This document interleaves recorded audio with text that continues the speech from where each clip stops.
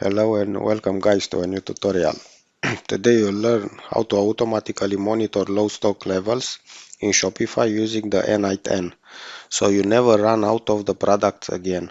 This workflow will fetch product inventory from Shopify, will filter products with low stock, less than 5 units left, log the low stock items in the Google Sheet and send a Slack alert to your inventory or sales team. This is perfect for Shopify store owners, e-commerce managers, and automation agencies who want to stay on top of inventory management without checking dashboard manually. So let's start the workflow. First, you have the node Shopify, get products, on resource will be products, operation get many, and on return will be all.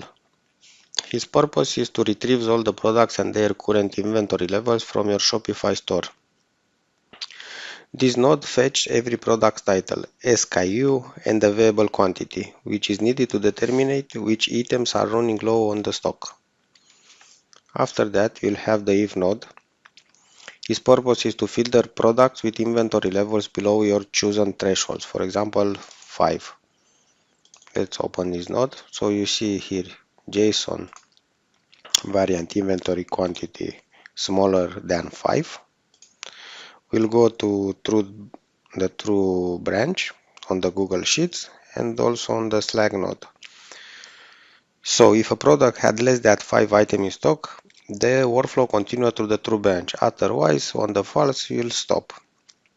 The Google Sheet node will log each low stock product into a Google Sheet for easy tracking. Configuration is operation append, your spreadsheet ID, and on the fields will be the product name JSON title, the SKU JSON variants SKU, and the quantity JSON variants inventory quantity.